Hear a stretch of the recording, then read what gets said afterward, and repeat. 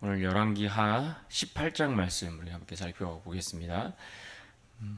지난 시간 보았던 17장에서 우리는 이스라엘의 멸망을 보았습니다. 북이스라엘이 하나님의 오래 참으심에도 불구하고 그들은 우상 숭배와 불순종의 자리에서 떠나지 못하고 결국 멸망하고 말았습니다.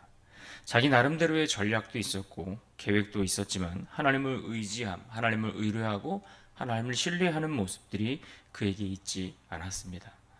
그래서 결국 그들은 하나님을 잊고 또 말씀을 떠나 민족도 가족도 가정도 다 무너지는 그러한 모습들을 통해서 오늘을 살아가는 이 시대 우리들을 향해서 보여주시는 무서운 경고의 말씀이기도 했습니다. 이제 오늘 우리가 살펴볼 열왕기하 18장에서는 이와는 조금 다른 반대의 장면을 우리가 볼 수가 있습니다. 이제 홀로 남겨진 남유다의 상황들을 우리가 보게 될 텐데, 이 남유다의 왕이었던 히스기야가 여느 왕들과 달리 그는 다윗의 길로 가며 또 여호와 하나님을 철저히 의지하고 또 개혁을 이끌었던, 그래서 그의 대적 강력한 이 아수르를 상대로 믿음으로 그 앞에 서게 되는 그런 이야기들을 담고 있습니다. 그래서 오늘 18장 한 장으로 끝나지 않고 그 위에 19장의 말씀도 같은 맥락 속에서 이어지고 있기 때문에 그렇게 함께 이해할 필요가 있습니다. 그러므로 17장에서는 어떤 멸망의 본보기를 우리에게 보여주었다면, 이제 18장으로 넘어오면서부터는 신앙의 본보기를 우리에게 보여주면서 극명한 대조점들을 우리에게 발견할 수 있도록 해주고 있습니다. 18장의 전체 이야기를 잠시 생각해 보면 1절부터 8절까지 히스기야가 보여줬던 그의 신앙적 개혁과 또 그의 믿음에 대한 평가가 먼저 언급되고 있습니다. 9절로 12절까지는 또다시 북이스라엘이 어떻게 망하게 되었는가, 북이스라엘의 멸망에 대한 재언급이 있고, 13절로 16절까지 말씀을 보면 아수르가 유다를 침공했을 때 히스기야가 이 아수르에게 조공을 바치는 내용이 나옵니다. 그리고 17절부터 마지막 37절까지는 아수르의 총사령관이었던 이 랍사게가 하나님을 모독하며 또 남유다를 향해서 협박하는 그런 내용들이 주를 이루고 있습니다. 이런 전체적인 내용들을 통해서 우리는 믿음으로 굳게 서는 자들에 대해서 하나님께서 어떻게 높이시고 그들을 보호하시고 또 승리케 하시는가 하는 것을 우리는 깨달을 수 있습니다. 본문 1절 말씀을 함께 먼저 보겠습니다. 1절을 보시면 이렇게 말씀합니다. 이스라엘 왕 엘라의 아들 호세아 제3년에 유다 왕 아하스의 아들 히스기야가 왕이 되니. 북이스라엘의 호세아가 왕으로 있던 시대에 히스기야가 남유다의 왕으로 등장했습니다. 이 다윗 이후로 남유다에 존재했던 왕들 가운데 가장 뛰어난 신앙적 개혁자, 그러한 사람을 한 사람 뽑으라고 한다면 당연히 이 히스기야를 우리는 택할 수 있을 것입니다. 그는 우상을 깨뜨렸고 산당을 제거하고 모세의 놋뱀마저도 우상이 되었기에 그것을 부수었다라고 그렇게 말씀해주고 있죠. 오늘 보면 3절, 4절도 보겠습니다. 히스기야가 그의 조상 다윗의 모든 행위와 같이 여호와께서 보시기에 정직하게 행하여 그가 여러 산당을 제거하며 주상을 깨뜨리며 아세라 목상을 찍으며 모세가 만들었던 놋뱀을 이스라엘 자손이 이때까지 향하여 분향함으로 그것을 부수고 느우스단이라 일컬었더라. 놋뱀이 나오는데 이 놋뱀은 무엇입니까? 민수기 21장에서 등장했던 하나님이 범죄하여 죽을 위기에 처해 있었던 이스라엘 백성들 가운데 구리로 만든 뱀을 높이 장대에 달아 매달아 놓음으로써 그것을 하나의 구원의 상징물로서 그것을 통해 그들을 구원하시고 은혜를 베푸셨던 하나의 구원의 상징물이죠. 그런데 이것이 시간이 지나면서 백성들이 이 놋뱀마저도 그것을 숭배하는 이들이 생겼다라는 것입니다. 그래서 이것이 지금까지 쭉 이어져 왔는데 히스기야 왕 때가 되어서야 비로소 이것을 제거하게 되었다는 것입니다. 하나님보다 앞서면 안 된다라는 말의 의미가 무엇인가를 우리는 이 대목에서 잠깐 생각해 볼 수가 있습니다.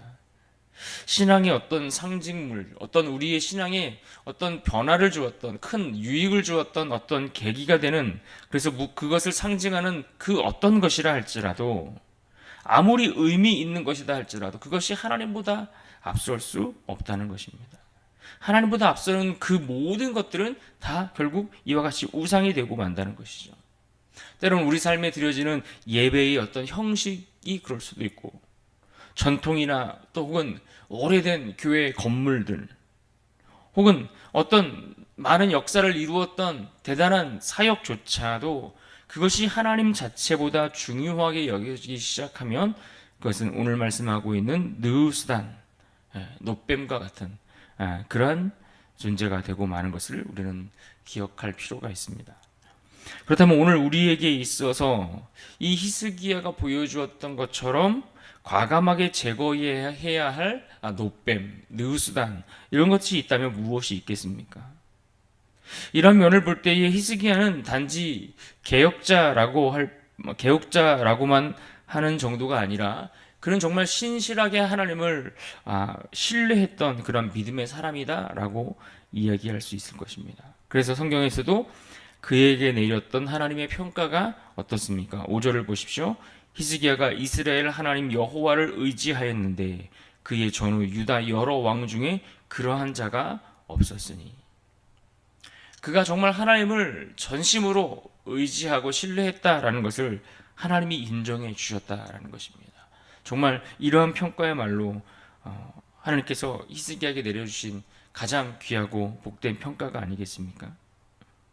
그러면서 오늘 본문에 이어지는 말씀을 보면 또다시 이스라엘의 멸망이 어떻게 그렇게 멸망의 자리까지 이르게 되었는가를 다시 한번 상기시켜 주고 있습니다. 9절을 보십시오. 히스기야 왕 제4년 곧 이스라엘의 왕 엘라의 아들 호세아 제7년에 아수르의 왕 살마네셀이 사마리아로 올라와서 에워쌌더라.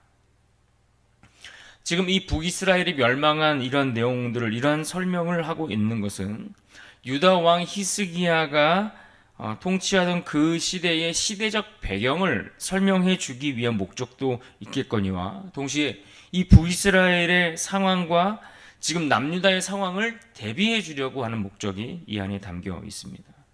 그래서 이런 대비를 통해서 당시의 독자들이나 또 오늘을 살아가는 우리들에게 이 대비를 통해서 들려주고자 하는 중요한 메시지가 여기에 담겨 있기 때문이죠. 어떤 메시지입니까? 12절을 보십시오. 이는 그들이 하나님 여호와의 말씀을 듣지 아니하고 그의 언약과 여호와의 종 모세가 명령한 모든 것을 따르지 아니하였음이더라. 히스기야는 앞서 하나님께서 여호와 하나님을 의지하였는데 여러 왕들 중에 그와 같은 자가 없었다라고 평가할 정도로 대단한 평가를 내리셨는데, 그 반대로 12절에서는 그들이 여호와의 말씀을 듣지 않고 모세가 명령한 것을 따르지 아니하여 그와 같이 망했다라는 이야기를 들려주고 있는 것입니다. 하나님을 경외하는 자들과 또 하나님을 경외하지 않는 자들을 대비해주고 있죠. 그리고 그 결과가 어떠하다는 것입니까? 하나님을 경외할 줄 알았던 히스기야는 보호받았지만 하나님을 잊고 떠났던 북이스라엘은 결국 무너지고 말았다라는 것을 말씀해주고 있는 것이죠.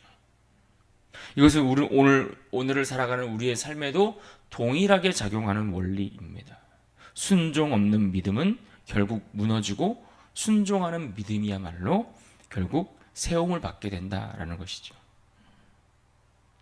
이제 이어지는 위기 상황 속에서 이 위기를 어떻게 대처해 나가고 풀어가는가를 우리가 보아야 합니다. 북이스라엘이 아수르로 인해서 위기를 맞았을 때에 호세아가 마지막까지 했던 모습은 무엇이었습니까? 애굽의 손을 잡고 애굽의 힘을 빌려 그 위기를 극복하려 했던 것이었습니다. 아수르에게서 벗어나기 위해 애굽의 손을 잡았는데 오히려 그것이 더 큰 화가 되어 그가 사로잡히고 사마리아는 결국 함락되는 그런 일들이 벌어지지 않았습니까? 그런데 사실 오늘 본문의 내용만을 보면 남유다의 상황도 크게 다르지는 않습니다. 당시 아수르의 왕 사네립이 유다를 침공했는데 이때 히스기야가 어떻게 반응했습니까? 히스기야도 이 아수르가 쳐들어오고 이 적들이 그들을 에워싸기 시작하니까 히스기야도 두려웠던 그 반응을 그대로 보여주고 있습니다. 왜 히스기야라고 두렵지 않았겠습니까? 그도 두려워하여 오늘 말씀에 보면 성전의 금과 왕궁의 보물을 끌어다가 이 아수르에게 조공으로 바쳤다라고 말씀합니다. 16절을 보십시오. 또 그때의 유다 왕 히스기야가 여호와의 성전문의 금과 자기가 모든 기둥에 입힌 금을 벗겨 모두 아수르 왕에게 주었더라. 그런 겁니다. 문제가 찾아오고 위기를 만나게 되면 믿음 있는 사람들이라고 한다고 한들 그들도 흔들릴 수 있습니다. 그들도 흔들리고 그들도 두려워하고 그들도 무서움에 빠지게 되는 것이죠. 신실한 믿음의 사람 이 히스기야의 모습도 보십시오. 두려움 앞에 흔들리고 있는 모습을 보여줍니다. 이처럼 믿음의 사람도 위기 앞에서 잠시 무너질 수 있음을 분명하게 보여주고 있습니다. 우리는 어떨까요? 우리도 위기를 만날 때 흔들리는 모습이 없습니까? 우리도 위기를 만나면, 문제를 만나면 흔들리고 불안하고 두려운 마음이 나를 엄습해 옵니다. 그럼에도 불구하고 하나님을 찾는 모습이 우리에게 있으신가요? 먼저 하나님께 나아가는 모습이 우리에게 있는지, 아니면 그보다 먼저 사람이나 그 밖에 하나님 아닌 다른 방법들을 찾을 때가 많이 있는지 우리의 모습을 돌아볼 필요가 있죠. 그러나 분명하게 우리가 말씀 속에서 기억할 것이 있다면 무엇입니까? 세상의 도움은 일시적이라는 것입니다. 세상의 도움은 일시적이고 문제를 우리에게 해결해 주는 것처럼 보이지만 오히려 더 큰 위협으로 다가온다라는 것을 우리는 잊지 말아야 합니다. 언제나 믿음의 선택만이 우리의 문제를 바른 길로 인도해 주는 것입니다. 오직 하나님을 우리의 우선순위로 삼는 것, 그것만이 진짜 믿음이다라고 성경은 우리에게 누누이 반복해서 이것을 가르쳐주고 말씀해주고 있습니다. 두려움에 흔들렸던 히스기야, 그래서 그가 보여줬던 반응, 그로 인해서 어떤 결과가 주어졌습니까? 그가 성전에 있는 금까지 다 긁어다가 조공으로 드렸더니 문제가 해결됐습니까? 적들이 다 사라지고 위기가 완전히 극복되었습니까? 아니요, 전혀 그렇지 않았습니다. 오히려 아수르의 총사령관이었던 랍사게가 등장하면서 대군을 이끌고 와서 예루살렘 성 앞에서 유다 백성들을 향해 더 공개적으로 조롱하는 일을 시작하고 있습니다. 더 큰 문제를 가지고 찾아와서 위협하는 상황이 펼쳐지고 있는 겁니다. 랍사게가 공격하는 내용들이 어떤 내용들이었습니까? 먼저 19절에 보시면 내가 의뢰하는 것이 무엇이냐라고 묻습니다. 다시 말해 유다를 향하여 그들의 믿음을 약화하고 그 믿는 바를 흔들고 있는 내용 아닙니까? 그리고는 21절에 보시면 애굽을 의지하는 것이 얼마나 어리석은 일인지를 조롱하고 있습니다. 그러니까 이때 당시에 남유다도 문제가 생기니까 또다시 북이스라엘처럼 애굽을 의지하려고 하는 시도가 있었다는 겁니다. 심지어 하나님도 너희를 구원할 수 없다라고 조롱하기까지 시작합니다. 25절을 보십시오.